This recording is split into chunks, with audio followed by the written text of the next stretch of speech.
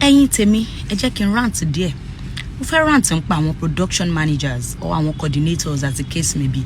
Producer máa ti rẹ́ni tó fẹ́ lò nínú movie. Ó máa ní ẹni yìí ni mo rí nínú role yìí. Ẹ bá mi get in touch. Ẹ bá mi pè síṣẹ́ mi. Ẹ máa lọ. Ẹ máa sọ fún producer pé ẹ wò ó ti book di 2030 bó ṣe wà yẹn 50 million ló ń gbà per day. Ẹ máa pààrọ̀ oríṣiríṣi. Ẹ tún ní dúró níbẹ̀ o. Àǹbàǹbàrì. Ẹ máa ní òun ló máa ń baṣẹ́ àwọn èèyàn jẹ́ o. Continuity ó máa gbé lọ ni. Kò ní sùúrù. Àìní sùúrù ẹ̀ máa lẹ́ fi lòdì bí tẹ lòdì yìí. Ẹ wá torí pé iná yẹn ti tàn. Ọlọ́run ti jẹ́ kí iná yẹn tàn ó ti fẹ́ fọ́ yín lójú. Ẹ máa wá bẹ ṣe fẹ́ bà tiẹ̀ jẹ́. Ẹ̀yin production coordinators kan ẹ rọra máa ṣe. Ìwà yóò dáa. Ọlọ́run ló ní kó dùn kó pọ̀ kó pẹ́. Bó hun Ọlọ́run ọba á fún ọmọ ẹlòmíì kó dùn kó pọ̀ kó pẹ́. Bó tún hun lódì kejì á fẹ́ lòmíì ní kó dùn kó pọ̀. Á tún fẹ́ lòmíì ní kó pọ̀ kó dùn.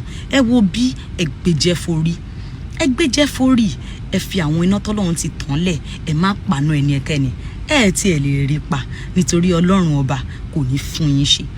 Lọ́dì kejì àwọn ọmọ kéékèèké tó ẹ̀ṣẹ̀ ń bọ̀ àwọn ọmọ mi tó ẹ̀ṣẹ̀ ń bọ̀ ń diṣẹ́ yìí ẹ máa sọ wọ́n di ọ̀tá àwọn tó yẹ kán kọ́ṣẹ́ lọ́wọ́ wọn ẹ máa gbìmọ̀ ọ̀tẹ̀ sí wọn nú ìwọ ni témù ẹni báyìí ìwọ ni kinní kan ẹni báyìí ìwọ ni kinní kan ẹni báyìí àwọn ọmọ ọlọ́mọ ẹ fàyè growth lẹ̀ fún wọn because ẹ ti gbìmọ̀ ọ̀tẹ̀ sí wọn nínú àwọn yẹn náà máa ráwọn tó yẹ kọ́kọ́ gbọ́n lọ́wọ́ wọn bí competitor ẹ máa rí wọn bí pé ẹni yìí ló ń bá mi duṣẹ́ ẹni yìí ló ń bá mi du role ẹ sọ àwọn ọmọ ọlọ́mọ di ilé ògbà ọ̀nà ògbà ẹ wo bí ẹ rọra ṣe o production coordinator lẹ jẹ́ ẹ kì í ṣe Ọlọ́run ọba ẹ má paná tọ́lọ́run ti tàn Ọlọ́run ló ń tàn náà bẹ́ẹ̀ ni tọ́mọ ẹ̀dá kan ò lè pa this is my advice to production coordinators ibi àwọn míì wà nínú yín tó dáa o gbogbo àwọn tó dáa nínú yín lágbára Ọlọ́run àwọn ọmọ wọn náà wọn ò ní ṣẹ̀ṣẹ̀ gbé iná ògólé wọn kò ní kú iná ayé tiwọn pàápàá kò ní kú.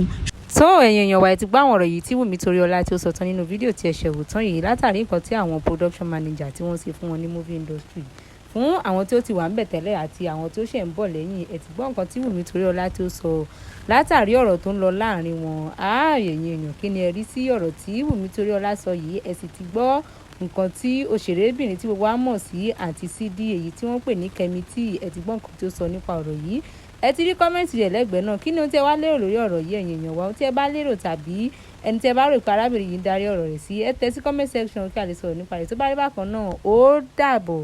ṣùgbọ́n àwọn tí wọn ò dá ẹ tètè change mi ò ní ṣépè mi ò dẹ̀ ní gbàdúrà àmọ́ ẹnu mi ò ní gbófo fún yín bẹ́ẹ̀ ni mo sọ on behalf of Wùmí Toríọlá ni mo sọ̀rọ̀ yìí jáde nítorí mo mọ̀ pé àwọn kan náà wà tí ẹ ti ń ṣe gbogbo ìkàyé fún ṣùgbọ́n wọn ò ní sọ̀rọ̀ ẹ ronú pìwàdà.